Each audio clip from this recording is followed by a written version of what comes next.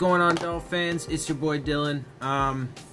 So I made a video earlier giving you, the background and stuff, the scouting report on Brian Flores, who just today got officially announced as our new head coach. And I gave you, the one-on-one that he had with John Kangemi, give you a little bit of a preview, I guess, if you will, it turns out, because, they did a press conference today, which I will have for you at the end of this video. So that was kind of a little taster about Brian Flores, just some of his background, and then the first, interview with him. And then, so obviously they had, like I said, they had their press conference today. Stephen Ross, said his little bit at the beginning, and then they introduced Chris Greer, and he said his little piece, and then Brian Flores came up and said his little piece, and then they asked him a bunch of questions, the reporters, and so on and so forth. So, I did, obviously, I watched the press conference, so I'm going to kind of give you a little bit of a breakdown, of what I think and how it went, and what I think of him, and so on and so forth. I'm gonna do a little comparison to Adam Gase, because there is some contrast in their personalities and stuff that I want to touch on or whatever. So let me go ahead and get into it. First of all, when it comes to the overall picture here, a couple things. One, up to this point, and I don't want to sound like, a Debbie Downer or anything like that, but I'm not overly impressed, to be honest. He seems like a great guy. I'll get into more about, what I think of him and his resume and so on and so forth in a minute. But just overall, I'm not overly impressed with what I've seen so far, and part of that really is just because of the fact that for me, I'm kind of in a, I'm just trying to do the most accurate analysis of the things that I have already, right? Because obviously I can't tell the future, so I'm just trying to do the most accurate analysis, realistic analysis of the things that I see and all of the data that I have up to this point. And up to this point, I'm not, like I said, I'm not overly impressed. But part of it is because I'm, waiting to see. So I want to wait and see, how things play out, what moves they make, and, so on and so forth. He said some good things, for sure, that I really like. But, there were some other things that, it's just, it didn't wow me. It didn't wow me, right? So, okay, let me get into him a little more. First of all, since I already gave you some of his background, I'll talk about that first. So, first of all, obviously he does have a really good background. He's got a really good resume, so I like that. That is positive for him. That definitely goes into the pro category. And some of the positive things that I look at, he's had a lot of different positions. He started from the bottom of the organization, worked his way, as basically as far up as he could, because obviously he was under Bill Belichick and everything. He did a lot of good things there, obviously, working with their safeties. He talked about this a little bit in, back when they won against the Seahawks, which, by the way, the Patriots should have lost that game and should not have won that championship if Pete Carroll didn't decide to throw the ball on the 1 yard line when he had 4 downs to run it with Marshawn Lynch. But anyway, that's a whole nother conversation for another day. Anyway, and then, he did good things with their linebackers, and overall with their defense, play calling and stuff like that. Obviously, there's been a, good amount of talk about how he kept the Rams to 3 points. I would also argue that some of that was because of the officiating, and as far as I'm concerned, it's not really much of an argument because, again, you can see that stuff on tape, and there was, from my perspective and my evaluation of it, there was a bias. It was subtle, and that's how, that's look, I'm not saying the Patriots paid off the officials, so let's not put words into my mouth and create a conspiracy theory that I'm not, I'm not saying, right? But I think that I think that it is possible that, the NFL, the power of the NFL does have its ways of swaying the officials from, doing certain things, right? They have control over them, and then you see it. Then whenever there's problems with the officiating, they usually scapegoat the officials and fire them. Anyway, so look, so he has a good resume. Like I said, he's had a lot of jobs, he's done a lot of things, he's worked his way up.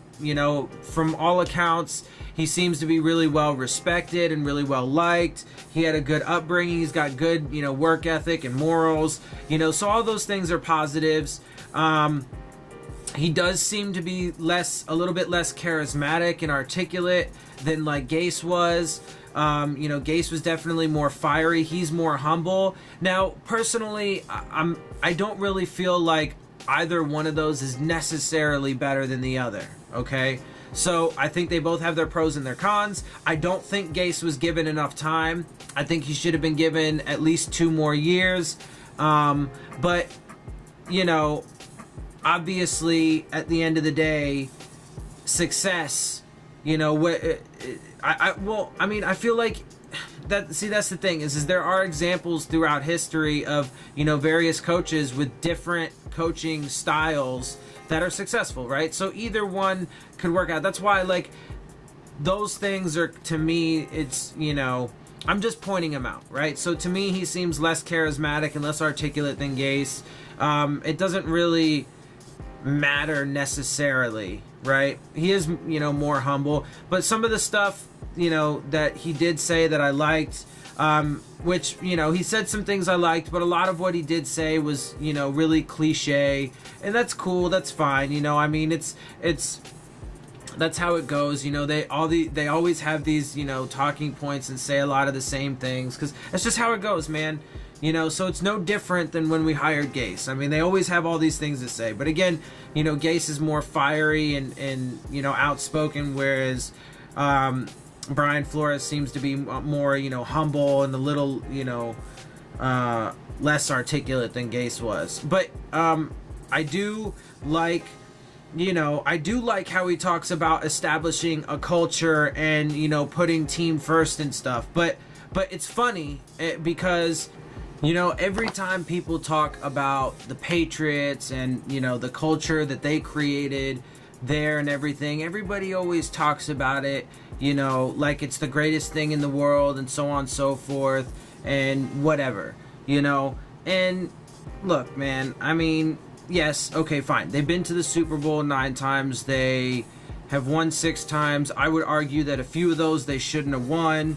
The one they played against Seattle, I think that was just Pete Carroll's fault for not running the ball with Marshawn Lynch 4 straight times on the 1-yard line to win the game. The Deflategate and Spygate years, like, come on, man. They're cheaters, whatever. They should have an asterisk by their legacy or whatever for sure. But they definitely get favored by the refs. It couldn't be more obvious. Anyway, but at the same time, you can't take away from the fact that they still did, implement a winning, successful culture, right? Again, some of that was because they're cheaters, but overall, when it comes to the things like, being disciplined and, just always working your ass off and, putting the team first, a lot of those things they did instill in New England, and I think that those things are important. Now, but again, everybody always talks about it like it's the greatest thing in the world when it's the Patriots, but other places, and I'll just speak from the perspective of Miami Dolphins because I'm a Miami Dolphins fan. It's a Miami Dolphins show. Anytime, with Gase, it's like, oh, that's just bullshit. He's just saying shit, blah, blah, blah. Why? So when he talks about, building a culture, instilling a culture, why is it bullshit?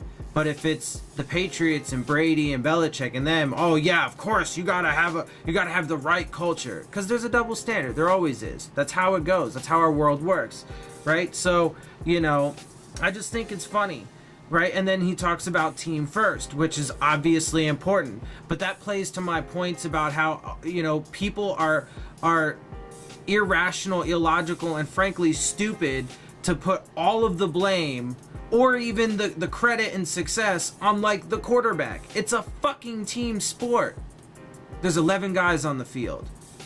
Okay, so Brian Flores talks about that today in his interviews. So do we believe him?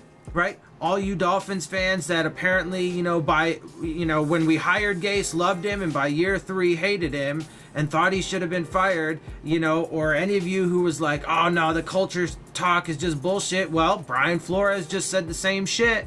So is it bullshit, or is it to be, trusted and given time to prove that it can work? Or are we going to just give him the benefit of the doubt because he came from the Patriot lineage, right? We got to stop with these double standards, and we got to evaluate everything, properly with full context and the facts and be unbiased, right? So anyway, that's what I'm trying to do. And so just to kind of, recap again, I think he's got a lot of great qualities. I think he seems like a really good guy, nice guy. Like I said, he's humble. He does seem to, work hard. He's got some good values. He has a good resume. He did come from a successful organization, and what have you. So, I mean, there's a lot of upside. There's a lot of, pros here, but overall, again, I'm not at this point overly impressed. I'm not, I didn't really get super excited with any of the things that he had to say or anything like that. I'm just, I got that feel from Gase when we hired him, like I felt it in my bones that he was right. And I'm not getting that. I could be proven wrong, and I hope I'm proven wrong, but, only time will tell, so we'll have to wait and see. So anyway, that's all I got for you in this. I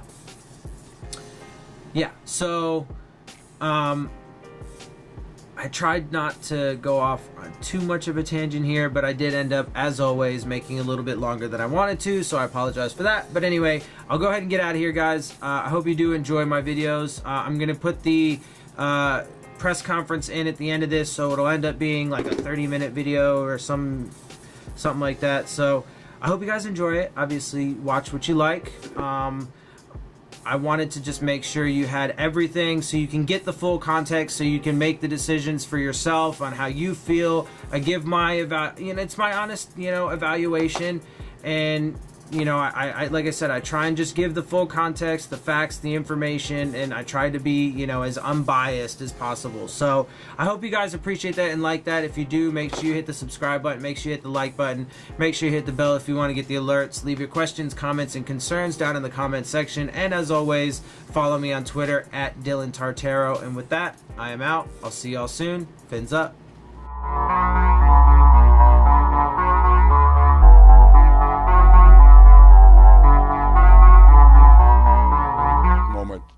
In Miami Dolphin history. I'd first like to welcome and congratulate Brian on his great Super Bowl coaching yesterday. It was incredible. It's really a great, you feel good after you see something like that. But really, I'd like to welcome his family to South Florida and hope it's a long, long stay. As I told you earlier last month, that when we were going to make a change, that we were going to go in a different direction. It's about winning, but it's by looking to the long term and making those decisions that will make the Miami Dolphins continually be a great football team and very competitive. So with that new direction, we set upon looking for a coach that could really take us and lead us in that direction. What we were looking for was a leader, and that was probably the most important aspect of what we were looking for, as opposed to what we've seen a lot of the other teams looking for offensive-minded coaches because of the success of Sean McVay and some of the other great offensive minds. But to me, you start an organization by finding a great leader. and I'm really thrilled to say that I believe we have found that leader that can really take us into the future. And with that, I'd like to introduce Chris Greer, and who's our general manager, who together with Tom Garfinkel really conducted the coaching search that we did, and I'm really thrilled with the job that they all did and how we came together. It was an easy consensus in really picking Brian to be the head coach of the Miami Dolphins. Chris?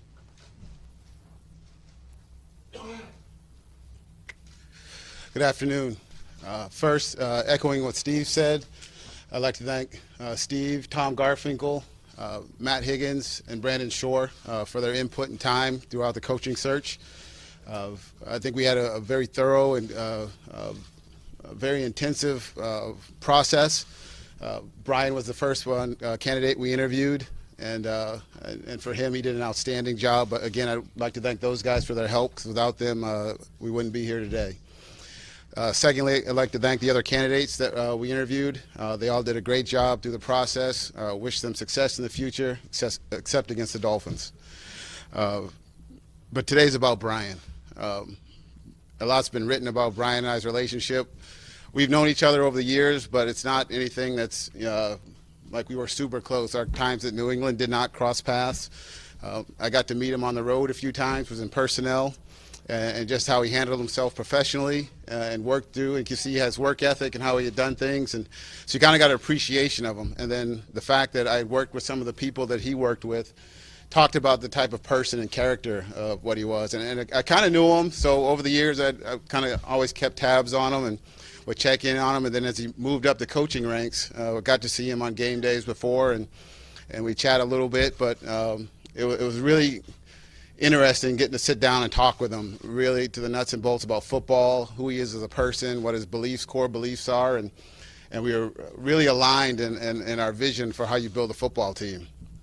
You know, he worked his way up the ladder. Nothing was given to him. You know, from his upbringing, as you guys have all read the story, then through Boston College, and then working his way up at New England, working under one of the greatest coaches in football, and having worked with him, I know how challenging and hard that can be, and it brings out the best of you. And Brian thrived. So, as Steve said, he demonstrates a lot of the characteristics you look for in a head coach that's going to be successful in this league. And I'm very excited to introduce Brian Flores as the next head coach of the Miami Dolphins.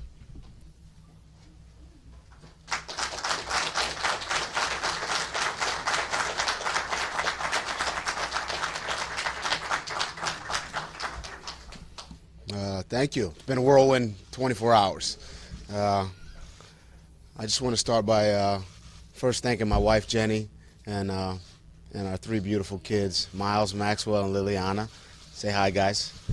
You know, without them, I do all this for them. And without, you know, the support of my wife and my family, this couldn't be done. I'd also like to thank my parents. They're back home in North Attleboro. My mom's, as a lot of you read, she's dealing with breast cancer. I just have, you know, this would not be possible without the two of them, my mom and my father. They are, you know, they've been the rocks for me, and my core beliefs, my foundation started with them, and I definitely wouldn't be here without them. I'd like to thank the Kraft family and Coach Belichick. I was there for 15 years. It was an incredible experience. What a great organization, and what a great place for me to learn and grow and just become the best version of myself. So I'm very fortunate. I'm humbled by this opportunity, and they've been incredible to me. My high school head coach is sitting right there. His name's Dino Mangiro. A couple things about him. Another person, I've been fortunate to have a lot of great mentors, great coaches, a great family, and he's definitely at the top of that list. I can't say enough good things about him. Some of the things that I preach to my players now, I learned from him. one of those fields there's not a lot of fields in Brooklyn, but we found one over there. He found one for us to kind of to work on, play on, and get better on, and I just want to say thank you to him. Just as far as this opportunity, I'm humbled. I'm grateful. This isn't. I wasn't in a rush to become a head coach. I really wasn't. I had a good job in New England. I wasn't in a rush, and I talked this over with Jenny and my family, and we talked about it. We said we're not going to be in a rush. It's got to be the right fit. It's got to be the right place. You have to have the right feel. And when I met with Chris, Steve, Tom, Matt, Brandon, we came out of that, and Jenny will tell you, I was excited when I came out of that meeting.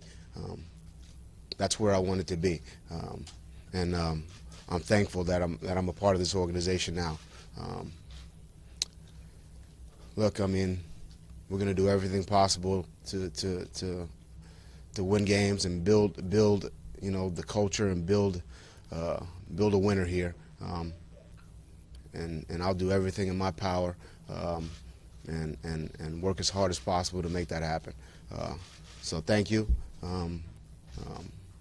This is a great opportunity for me and my family, and we're going to try to make the Dolphins in this community, which is a great community and great fan base, we're going to try to make you proud. All right. Thank you. Any questions for Brian? Brian, what specifically in your meeting with the Dolphins told you this was the place for you? I think, Chris mentioned it. I think our vision and our core beliefs, our core philosophy of how to build a team, and they were aligned. And that was one of the things for me, going through the process of interviewing was, look, if it wasn't, I told, every team this, look, if our beliefs aren't aligned, then don't hire me. Because if they're not aligned, then it's not going to work. And that's just kind of, that's how that, if they're not aligned, it doesn't work. I'm sorry, my daughter's talking to me over here. I know what that means. Yeah.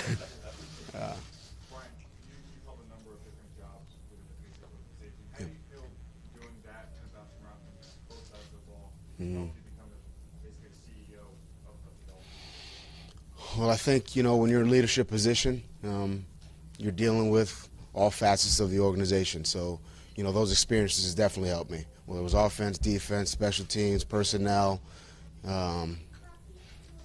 driving people around, getting dry cleaning, all those, experiences definitely helped me kind of understand the inner workings of, the organization and how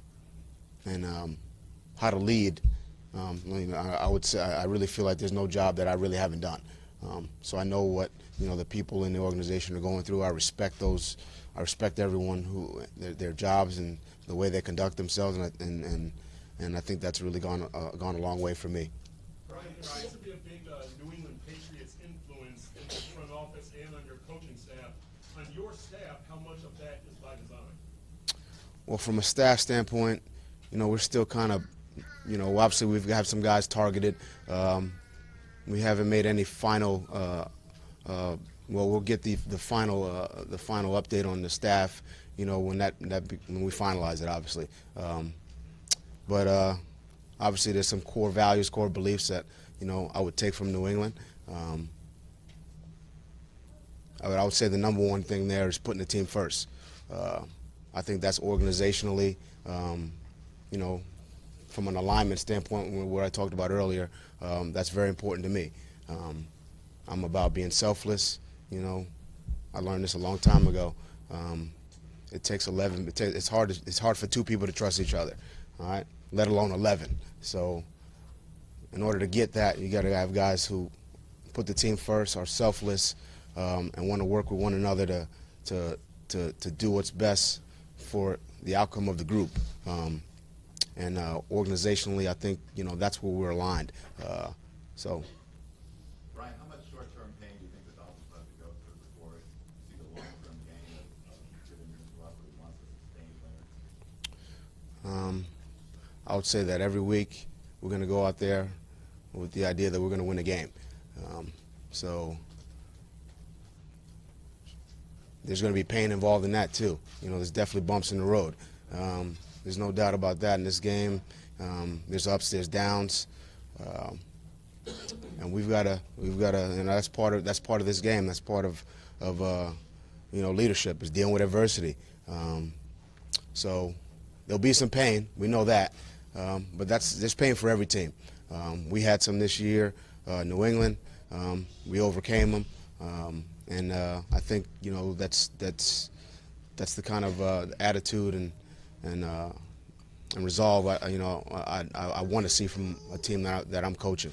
Brian, this franchise doesn't want a playoff game each year. It doesn't want a Super Bowl in more than 4 decades. What is your vision in fixing that, and why do you Dolphins be confident that you're the guy? You fix that on a day-to-day basis. Everyone tries to improve every day.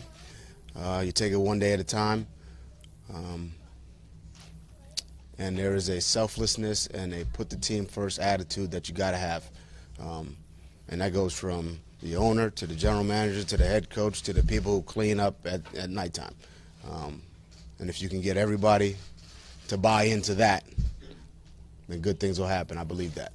Brian, what have you done to celebrate winning the Super Bowl? I kissed my wife on the field. We celebrated a little bit last night, and then we hopped on the plane and we got here. So there hasn't been much celebration. No, this is not getting cheated at all. I do not feel that way at all. That was a great experience. But I'm always, I guess I've always, been this way. I look forward. I'm a guy who looks forward. And You're here, so obviously the Dolphins believe you're ready for this. Why do you believe you're ready for this? well, I think I've had a lot of experiences in a lot of different areas of football organizations. I feel like I've made an impact, and my overall philosophy is to, help my players, help my coaches, help anyone I'm around become the best version of themselves. I think I've done that. I think I want to do that on a grander scale. I think I can do that on a grander scale. And hopefully we get that done here. Brian, you executed a very good plan in yesterday's game. My question is, what do you believe is the key to developing a successful plan from game to game? Well, each game is different. Each opponent is different. Their strengths, their weaknesses are different every week. So every week you're coming up with a different plan. A lot of that, is tied to who you have personnel-wise, what we can do versus what they can do, and every week it could be different every week. I think in this game, you got to be multiple. If you sit in one thing, the coaches are too good. They'll find a weakness, they'll take advantage of it. I think that's the case really across the board, high school, college, and specifically in the pros. I remember high school, we were taking advantage of guys, and Dino was taking advantage of guys on the high school level. So I think you got to be multiple, and we're going to try to do that. Brian, when did the dream of becoming a head coach first into I got asked this question last week. It was 2014. It was a year, we beat Seattle in the Super Bowl. It was kind of, I had taken a step. I think, in everyone's career, basically, I don't want to say a light bulb goes off, but, I really felt like I was making an impact on that group of safeties I had at that position. So it was Devin McCourty, Tavon Wilson, Deron Harmon, Nate Ebner, and Patrick Chung. Those were the 5 guys I had in my room. And I could see them developing, not only on the field, but off the field. And their relationships with their families, with their wives, with their kids. And I felt like I was really making an impact. So from a leadership standpoint, the things that I was telling them, the things that I was, that I was doing, the whether it was drills, whether it was the way I talked to them. And I'll say this, I was very demanding with that group. But they knew I cared, they knew I loved them, they knew I respected them. And I guess from that point forward, I felt like that formula worked from a leadership standpoint, and I've stuck with it, and I'll continue to stick with it. Brian, you went against the Dolphins for 15 years when you were with the Patriots. What was your assessment of the Dolphins, and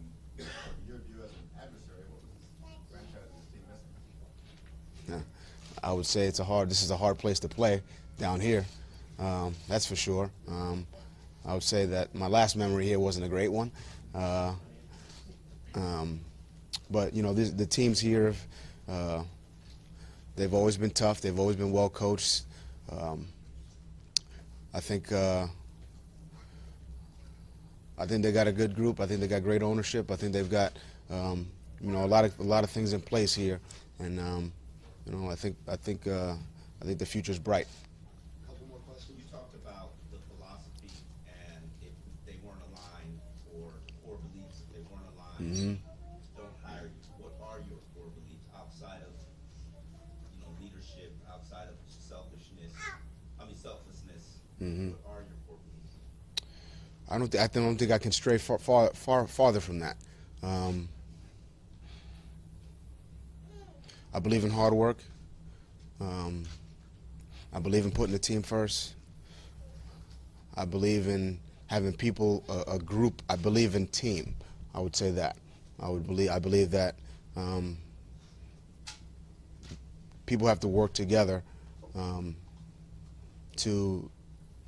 if you want to strive to do something great as a group, you got to work together. So there's a selflessness in that. There's a put the team first attitude in that, and obviously there's a process and a structure to that as well. And I would say those were aligned from that standpoint as well. But overall, I can't stray too far. Those are my core beliefs, and that's where I would go there.